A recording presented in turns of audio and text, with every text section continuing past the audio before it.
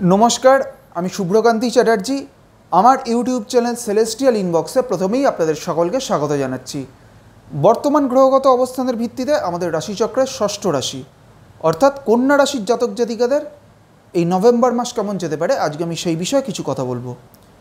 प्रथमेई जे विषयटी बोलबो जे এই नवेम्बर मासे आमादेर राशिचक्रे कन्या राशिर सापेक्षे कोन कोन ग्रह कोथाय कोथाय अवस्थान करबे। प्रथमेई बलि जे এই मुहूर्ते कन्या राशिर द्वितीय अर्थात तुला राशिते अवस्थान करছে रवि এবং शुक्र এবং आगामी 16 नवेम्बर रवि चले जाबे तुला থেকে বৃশ্চিক রাশির ঘরে अर्थात कन्या राशिर सापेक्षे रवि चले जाबे द्वितीय থেকে तृतीय। कन्या राशिर तृतीय अर्थात বৃশ্চিক রাশিতে এই মুহূর্তে मंगल এবং बुध একত্রে অবস্থান করছে এবং आगामी 23 नवेम्बर बुध বক্রী হয়ে চলে আসবে বৃশ্চিক থেকে তুলা রাশির ঘরে अर्थात कन्या राशिर सापेक्षे बुध चले आसबे तृतीय থেকে द्वितीय। कन्या राशि षष्ठे अर्थात कुम्भ राशिते এই मुहूर्ते राहु अवस्थान करছে। कन्या राशि सप्तमे अर्थात मीन राशिते थाकছে शनि। कन्या राशिर एकादशे अर्थात कर्कट राशिते এই मुहूर्ते बृहस्पति अवस्थान करছে এবং कन्या राशिर द्वादशे अर्थात सिंह राशिते थाकছে केतु। प्रथमेई बलि जे এই नवेम्बर मासे कन्या राशिर जातक जातिकादेर स्वास्थ्यगत दिक थेके चोट आघात लागार किन्तु एकटा प्रवणता এই समय দেখা যাবে। विशेष करे कोमरेर नीचेर कोनो अंश बा पाये कोनो धरनेर कोनो आघात प्राप्तिर बा कोनो हाड़े कोनो धरनेर आघात पावार किन्तु एकटा प्रवणता এই समय कन्या राशिर जातक जातिकादेर क्षेत्रे देखा जाबे। ताई सेई दिक थेके कन्या राशिर जातक जातिकादेर এই সময়টা কিছুটা सतर्क থাকতে হবে। आर्थिक दिक थेके कन्या राशिर जातक जातिकादेर এই नवेम्बर मासटा किन्तु आर्थिक दिक थेके आर्थिक खरचेर परिमाण किन्तु अनेकटाई बाड़बे कारण कन्या राशिर द्वितीय पति और कन्या राशिर द्वादश पति किन्तु এই সময়টা একত্রে অবস্থান করবে।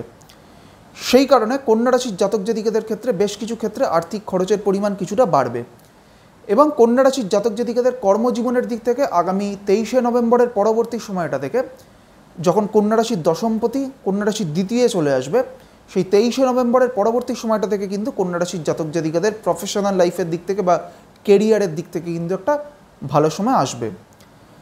कन्या राशिर जातक जातिकादेर व्यवसायिक दिक थेकेও किन्तु এই সময়টা खूब একটা अनुकूल जाबे ना। व्यवसायिक दिक थेकेও बेश किछु समस्या आसार একটা सम्भावना এই সময় দেখা যাবে।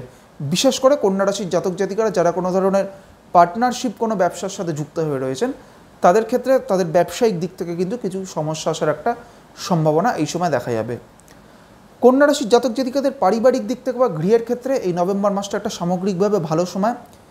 কন্যা রাশির শিক্ষার্থীদের ক্ষেত্রেও কিন্তু এই নভেম্বর মাসটা এই শিক্ষা জীবনের দিক থেকে কিন্তু একটা ভালো সময় এবং কন্যা রাশির জাতক জাতিকাদের মধ্যে যারা উচ্চ শিক্ষায় রয়েছেন বা যারা কোনো ধরনের গবেষণামূলক কাজ বা কোনো রিসার্চের সাথে যুক্ত হয়ে রয়েছেন তাদের ক্ষেত্রেও কিন্তু এই নভেম্বর মাসটা একটা সামগ্রিকভাবে ভালো সময়।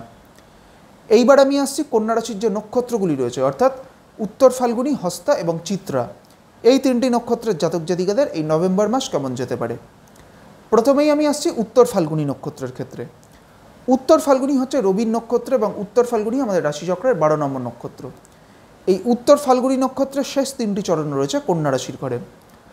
উত্তর ফাল্গুনী নক্ষত্রের জাতক জাতিকাদের মূলত কিন্তু এই সময়টা বিভিন্ন ক্ষেত্রে বা বিভিন্ন কারণে মানে যে কোনো কাজে কিন্তু একাধিক বাধা বিপত্তি আসা বা কোনো কাজে অযথা ডিলে হওয়ার কিন্তু একটা প্রবণতা এই সময় দেখা যাবে।